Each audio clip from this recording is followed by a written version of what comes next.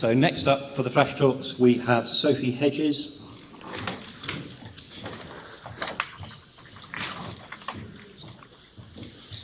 Into here.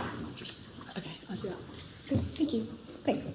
I'm Sophie, and I am a final year PhD student at the Royal Veterinary College, and I'm talking about my first part of my PhD, looking at quantifying the use of antimicrobials in poultry production systems in South and Southeast Asia. So a bit of background, I work with the One Health Poultry Hub, and I work on a little small part of it investigating antimicrobial use in poultry production systems.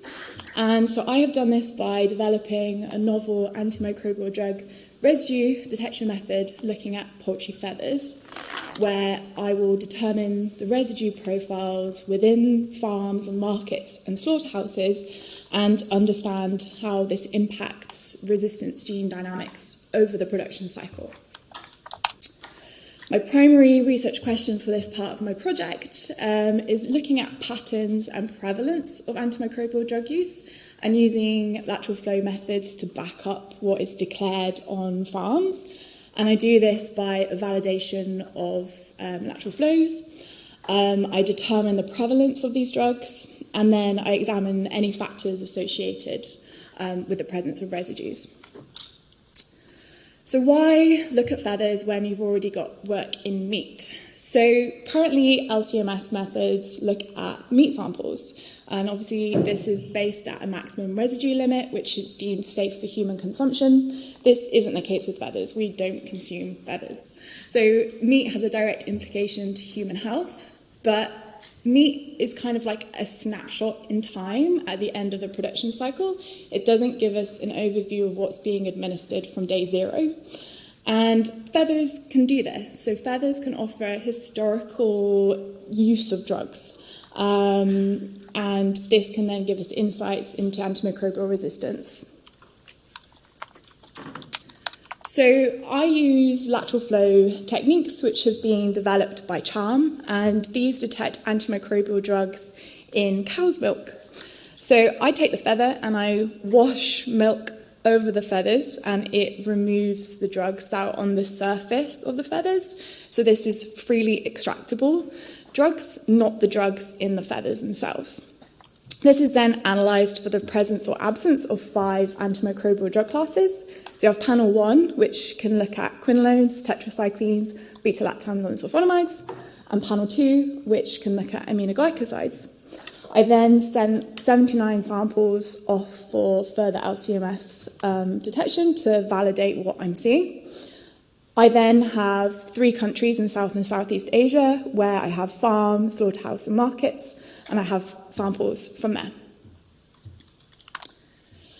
So the lateral flow works as the sample, so the little green box is where the sample goes in, and then it travels up like a normal lateral flow. If there's a faint line, it's positive because it's bound to the stuff in the strip, so it doesn't give a line. And if it's dark line, it's negative.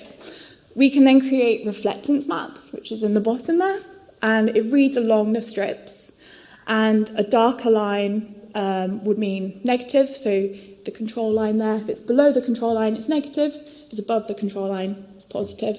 And you've got quinolone, tetracycline, beta-lactam, and sulfonamides. These are kind of semi-quantitative, so you can compare the peaks or the AUC of the sample based on the control line, and that gives you a rough quantity, but it's not quantitative. So I validated these using LC-MS methods. So I conducted a dilution series to determine the limit of detection, not the limit of quantification, where I basically spiked buffer and I spiked feather samples and to determine at what point do I no longer see the drug. So I got the limit of detection currently in micrograms per litre, but I can convert that to micrograms per kilo to see what it is when I get the feathers. And then this is the validation with LC-MS. So I sent them to 2 different labs where they could detect quinolones, tetracyclines, beta-lactams, and sulfonamides. And I also used trimethoprim as a proxy for sulfonamide use. From this, I could estimate the sensitivity and specificity, but noting that the LCMS and the LFT panels didn't match entirely, so I had to factor that in with my models. As you can see, beta-lactams didn't do particularly well. I think there's a stability issue with beta-lactams. Quinolones, tetracyclines, and sulfonamides, issue, but there. So briefly some results. I have 50 layer farms in Bangladesh where I have antimicrobial drug use. So whether the farm declared the drug use up to 14 days prior to sampling. And as you can see, in green is the AMU and the blue is the LFTs. So sulfonamides, they didn't really report sulfonamides, but pretty much every farm had sulfonamides on the LFTs. And then same with beta-lactams. They reported a lot of beta-lactams, but my LFTs just aren't picking up the beta-lactams. Then I had broilers. So I had farms, slaughterhouse, and markets from Bangladesh, India, and Vietnam. This is, again, just raw data.